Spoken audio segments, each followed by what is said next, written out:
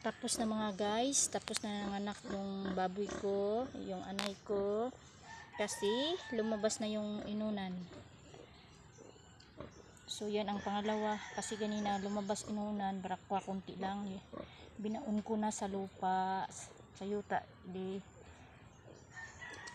libing ko na meron pang lumabas, ibabaon ko rin yan sa lupa. Tapos na siya, tapos na nanganak. Ito na yung resulta. Excited kung ilan sila lahat mga guys. 9 lang siya mga guys, pero okay na yan. First time pa man niyang manganak, so 9 siya. Okay na kayo ni, bawi na ni sa ano ko. 9 lahat, 9. Thank you Lord, thank you so much Lord sa blessing, salamat